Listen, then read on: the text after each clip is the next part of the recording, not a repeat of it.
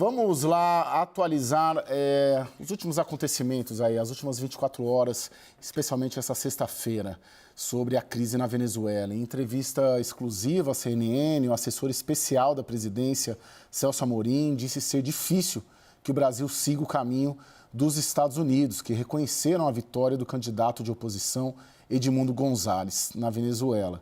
Celso Amorim também condenou as sanções contra o país de Nicolás Maduro. Veja na reportagem de Luciana Amaral. Sem citar diretamente os Estados Unidos, Celso Amorim criticou o que ele chama de interferência extra-regional na situação venezuelana. Quando eu digo extra-regionais, incluo o hemisfério. Eu não quero, eu acho que isso é uma coisa latino-americana, que os latino-americanos têm que procurar resolver. Nesta sexta-feira, a Argentina e o Uruguai reconheceram a vitória de Edmundo González na esteira da decisão dos Estados Unidos, anunciada na noite de quinta. Eu acho difícil que o Brasil vá seguir o caminho dos Estados Unidos.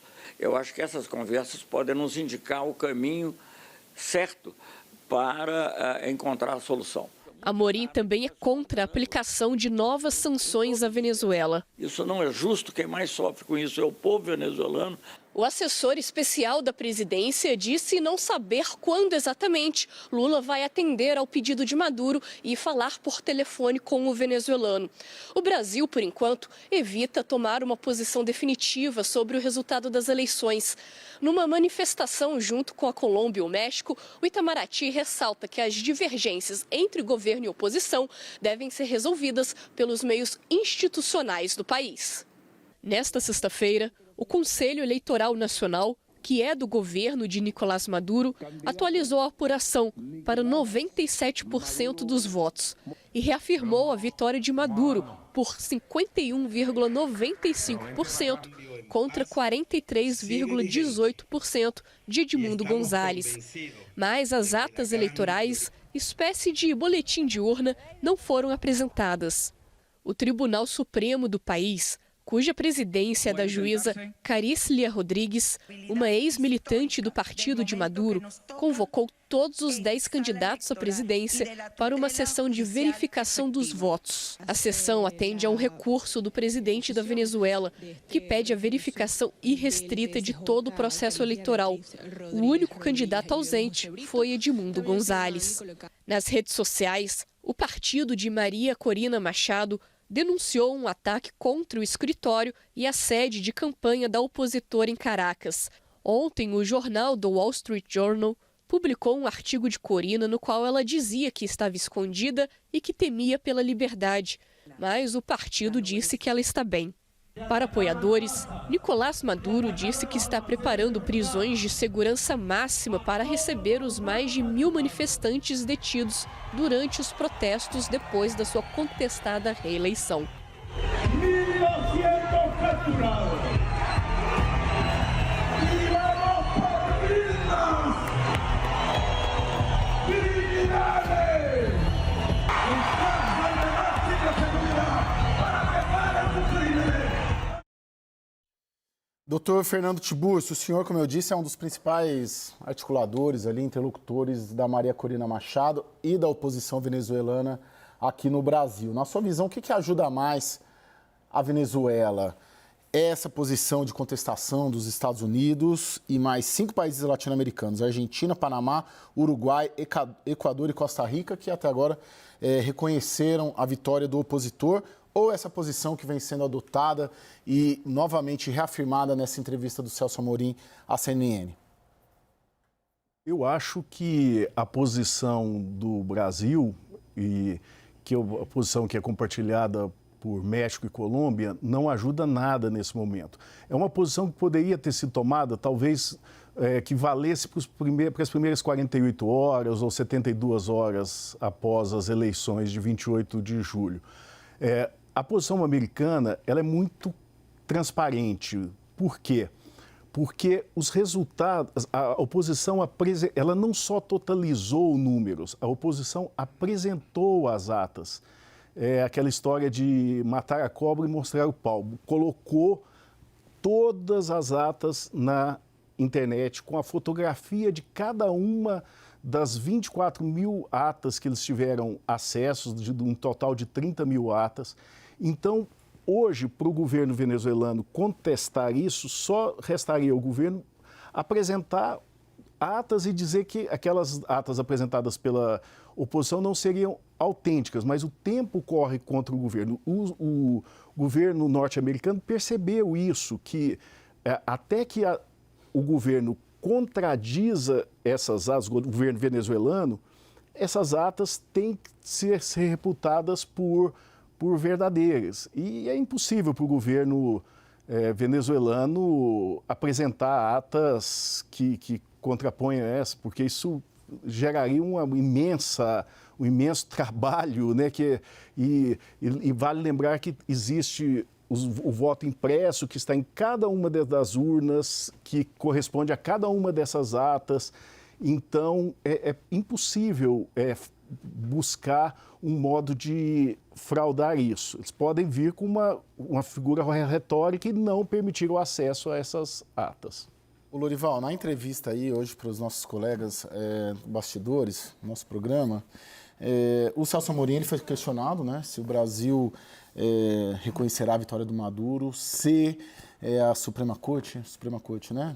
Eles chamam de Supremo Tribunal de Justiça. Isso, se ele atestar a vitória. E o Celso Amorim respondeu que não sabia, né? Onde você acha que, diante dessa resposta, né, não sabia que se o judiciário lá reconheceu, o judiciário controlado pelo chavismo e pelo governo, se ele respondeu, acho que várias hipóteses, são várias possibilidades, alguma coisa nessa linha. Onde que a diplomacia brasileira quer chegar? Numa das respostas, o Celso Amorim chegou a dizer que o que baseia essa reivindicação de vitória da oposição são pesquisas de boca de urna. É incrível isso, né? Realmente, a gente enviou esse cidadão lá para Caracas para observar o que estava acontecendo e ele faz uma descrição dessa da situação, né? Quando você pode entrar na internet e olhar as atas, elas estão online. A oposição venezuelana fez um trabalho não só muito corajoso e vai pagar caro por isso agora, como também muito profissional, né? Assim, diante das condições adversas dos seus fiscais sendo expulsos das áreas de apuração dos votos, a interrupção da transmissão das atas pelo Conselho Nacional Eleitoral e depois agora o sequestro de mesários, né, pelo Diretório-Geral de Contra-Inteligência Militar para forjar novas atas. Mas você vê o caminho? Onde que, assim, tem um objetivo do governo brasileiro? Onde a gente quer chegar aqui? É seguir apoiando o regime bolivariano, está claríssimo, né? Agora, eu não sei a quem isso pode surpreender, porque ele veio aceitando todas as arbitrariedades que vêm sendo cometidas desde sempre, né? Mas vamos traçar uma linha do tempo. A partir do momento em que o Conselho Nacional Eleitoral teve os dois únicos membros que eram independentes demitidos para colocar chavistas, né? E, enfim, a não aceitação do nome da Maria Corina Machado, que teve 92% dos votos nas primárias da oposição, realizar primárias da oposição foram sabotadas pelo Conselho Nacional Eleitoral, que pela lei deveria ter apoiado a realização dessas primárias. Não, eles se recusaram a fazer. Quer dizer, é uma sucessão de coisas. Aí os candidatos de oposição se unem em torno do nome de Maria Corina Machado, retiram a sua candidatura, dizem ao Conselho Nacional Eleitoral que não são candidatos e o CNE mantém os nomes deles lá para confundir a população, para dividir o voto da oposição. Aí o Maduro fala que a Maria Corina e o Edmundo Gonçalves precisam ser presos e o Tribunal Supremo os convida o Edmundo para vir e coloca uma cadeira ao lado do Nicolás Maduro com o nome do Edmundo Gonçalves. Não dá, um programa não cabe todas as arbitrariedades, todas as perversidades que são cometidas. E aí o governo brasileiro ou se cala, ou distorce, ou aceita. Daniel, aí em Brasília foi estabelecido um critério nas suas conversas com os diplomatas, com o Itamaraty, com o Palácio do Planalto. Tem um critério? Você nota que há um critério da diplomacia brasileira em se acontecer esse fato, se o Maduro entregar as atas como prometeu ao Celso Amorim? Tem algum critério a ser utilizado, um critério objetivo para ajudar o Brasil a tomar uma posição sobre o resultado da eleição? Caio, o que eu estou enxergando é o seguinte, é óbvio que todo mundo pode estar escondendo aqui nas conversas que tem com os jornalistas os reais objetivos da política externa brasileira e como está enxergando a situação na Venezuela, e a portas fechadas, quando eles conversam ali intimamente, reservadamente, estarem dizendo assim, não, vamos apoiar o Maduro a todo custo, porque bom mesmo é uma ditadurazinha de extrema esquerda. Eu não consigo enxergar isso. O que eu consigo enxergar, quer dizer, não é um bando de cegos, tontos e tapados que estão negando a realidade e recusando-se explicitamente a enxergar algum tipo de fraude. Acho que não se trata disso. O que se trata é, se a gente tomar uma posição, como tomou o governo Javier Milei, como tomou o governo uruguaio, como tomou o governo do Peru e do Equador, e dizer taxativamente, houve uma fraude, nós reconhecemos Edmundo Gonçalves Urrutia, o que vai acontecer? Maduro tem o poder pelo menos até janeiro. Não existe força das ruas capaz de derrubar o governo, porque Maduro controla polícia, controla judiciário, controla Ministério Público, controla o Legislativo, controla tudo. Então, a gente tem ali Diosdado Cabello, representante da mais alta linha dura do chavismo, número 2 do regime, dizendo nesta semana que acabou a clemência criminal contra os opositores, dizendo que eles vão se ferrar mesmo, em termos mais chulos, inclusive, e dizendo que os opositores vão aprender a lição das lições. Ora, é um cenário de Coreia do Norte. Agora, a Coreia do Norte ali fazendo fronteira com 1.000 quilômetros de fronteira com o Brasil. Então, a gente precisa, no olhar do Itamaraty, do Palácio do Planalto, manter algum canal de interlocução, talvez, inclusive, por uma hipótese muito mais extrema e mais complicada do que nós estamos vivendo. Então, quais são os efeitos práticos de endurecer? O que eu vejo é essa pergunta sendo feita. E aí, a opção escolhida pelo Brasil pode estar tremendamente errada. Pode estar tremendamente errada. O que eu acho que é ingênuo ou está fora da realidade é tratar essa opção de política externa da nossa diplomacia como um bando de tapados, ignorantes, cegos que se recusam a enxergar uma fraude. Porque eu não consigo enxergar isso acontecendo. Eu consigo enxergar uma opção que talvez esteja errada. Doutor Fernando, o senhor tentou por muito tempo viabilizar um encontro da Maria Corina Machado com o governo brasileiro, né? Com os diplomatas brasileiros. O senhor tentou, até onde eu sei, por 4 meses, né? Talvez tenha sido mais, o senhor me corrige. O que o senhor ouviu como justificativa do Palácio do Planalto ou do Itamaraty para que esse encontro não ocorresse antes das eleições? Olha, eu busquei interlocutores que frequentam círculos palacianos. Eu vou me reservar o direito de não dizer o nome deles, porque estavam me fazendo um favor, né, de buscar essa interlocução. Mas o que eu notei durante esses 4 meses foi um tremendo desconforto ao colocar essa possibilidade da Maria Corina abrir um canal de comunicação com o governo brasileiro, e percebi claramente que o assunto era bastante incômodo. Para que vocês tenham uma ideia, eu passei, na última semana, após as eleições, eu passei uma mensagem que a Maria Corina gravou, uma mensagem pessoal, onde ela pedia ao presidente Lula que abrisse um canal de comunicação com a oposição da Venezuela e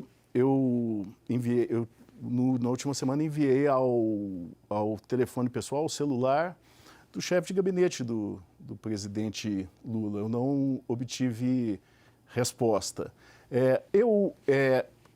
Hoje eu recebi uma notícia, eu não conversei com a Maria Corina, que ela teria conversado com o Celso Amorim, com o assessor especial Celso Amorim, o embaixador Celso Amorim, mas eu não tenho essa confirmação. Agora, o fato é que houve sempre um tremendo desconforto. Quando você vê os grupos de WhatsApp dos embaixadores, né, do pessoal do Itamaraty, você nota que são muito críticos à posição hoje que está sendo adotada pelo assessor especial Celso Amorim.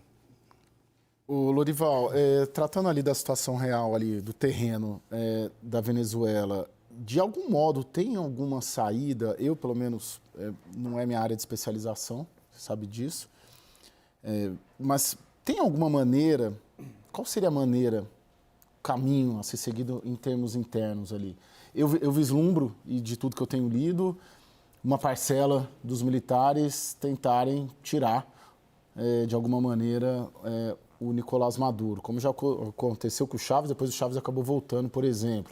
O Guaidó, em 2019, buscou um apoio, um respaldo militar, mas não conseguiu. Qual que seria ali, o que teria ali de horizonte, né, para a população venezuelana e para o regime? As Forças Armadas venezuelanas não têm nenhum espaço para dissidência. Foi a inteligência militar cubana que cuidou disso, de limpar completamente as Forças Armadas de qualquer tipo de contestação do regime. Só sobraram realmente oficiais que apoiam bovinamente esse governo, esse regime, e que se beneficiaram muito com ele, né? Receberam muito dinheiro, sobretudo com o diferencial de câmbio que houve durante muitos anos para as importações, né? E o governo arbitrava e dava para os generais, aí tinha o general do feijão, o general do grão de bico, o general do leite, o general da carne, cada um passou a cuidar da distribuição de alimentos, mas fazia a importação e embolsava o diferencial de câmbio. Então, eles estão muito envolvidos, incriminados, né, nas atividades do regime. Eu não vejo por aí. E se houvesse um golpe, também não seria para restaurar a democracia, né? Então, ficaria na mesma. Eu acho que cabe aos líderes da oposição venezuelana dizerem qual é o caminho, né? Então, eles estão, em primeiro lugar, pedindo que as manifestações sejam pacíficas, né? Que não aceitem provocações nas ruas e que, quando saiam todos juntos, como é o caso da convocação para esse sábado, e em família, né? A Maria Corina realçou esse aspecto, e com as bandeiras venezuelanas, né? Mas todos que conhecem a Venezuela têm muito receio sobre o que pode acontecer amanhã. E, por outro lado, do ponto de vista externo, claramente o pedido da oposição é para que seja denunciada a fraude, né, e que os países digam o que aconteceu realmente. Doutor, o Lorival deixou a pergunta, qual que é o caminho ali para a oposição? Aparentemente, pela resposta do Lorival, gente na rua, povo na rua de maneira pacífica. É por aí?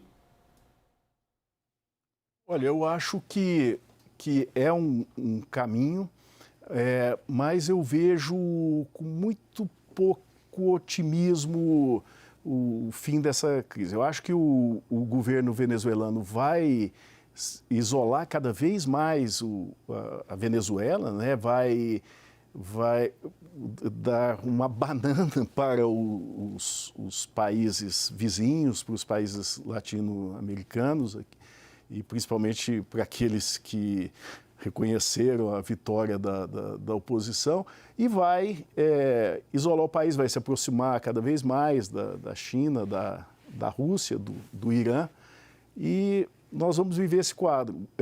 Hoje eu vi na imprensa internacional que o Brasil estaria negociando uma saída para essa crise com Maduro, onde a Maria Corina que não passasse pela Maria Corina, onde ela não tivesse protagonismo. É uma situação absolutamente esdrúxula, né? Porque não reconhecer a Maria Corina, eu fico pensando no próprio presidente Lula, quando não pôde participar do processo eleitoral. Imaginar a Maria Corina fora de um processo, justamente ela, como que o Daniel, ou o Dorival, não me recordo aqui quem colocou isso, que ganhou as primárias com 92% dos votos, as primárias da oposição, é uma coisa absolutamente sui generis, né? Sim, inclusive hoje, agora à noite, começou a circular uma informação de uma possibilidade dos chanceleres de Brasil, Colômbia e México irem até Caracas para começar uma negociação. Nós aqui, eu e o Daniel, nós checamos ali com fontes da diplomacia brasileira que nos disseram, que eu vou ler aqui o que me foi passado, que os presidentes desses 3 países, México, Colômbia e Brasil, claro, encomendaram um cardápio de possíveis iniciativas, mas o cardápio sequer está feito e muito menos qualquer decisão tomada, que eles estão conversando e que nada será anunciado sem que haja antes a concordância de ambas as partes na Venezuela, portanto, o regime e a oposição. Daniel, queria te ouvir, além disso aqui, né, que nos foi passado, quais os próximos passos aí do governo brasileiro, né? Nesse cardápio, por exemplo, aqui que nos foi relatado por uma fonte graduada da diplomacia brasileira, o que pode ter ali? O que o Itamaraty, o Palácio do Planalto, planeja para sábado, domingo e a semana que vem para tentar resolver essa crise? Olha, Caio, incrivelmente eu não consigo enxergar e não acho que as pessoas que nós estamos consultando estejam nos mentindo. Eu não consigo ver um roteiro bem definido. Eu sinto, de certa forma, até a diplomacia um pouco perdida com a falta de opções. Quer dizer, você tem 2 opções. Ou você diz escancaradamente que houve uma fraude e reconhece Edmundo Gonçalves vencedor, ou você procura alternativas de negociação. Que alternativas de negociação? Ninguém tem a resposta. Né? Ninguém tem a resposta, porque não sabe sequer se tem espaço para negociação. Acredita-se que Maduro pode negociar alguma coisa em algum momento. O quê? Ninguém sabe. Como? Ninguém sabe. Agora, eu vejo, talvez o Brasil entenda que existe um pior cenário nisso tudo, que é, digamos, Fred Superlano continuar sequestrado, raptado por muito tempo. O regime prender Maria Corina Machado. O regime prender outros opositores, como deu a entender Diosdado Cabello, Henri Ramos Salop, prender Henrique Capriles, que anda um pouco mais quieto ultimamente. E aí, quem será capaz de pedir o mínimo de justiça, direitos políticos e que haja um tratamento adequado para essas pessoas? De novo, não acho correto que a diplomacia brasileira se limite a isso. É muito pouco, não é liderar a região como se deveria. Mas eu vejo muito mais esse cálculo do que um cálculo de endosso à ditadura de Nicolás Maduro.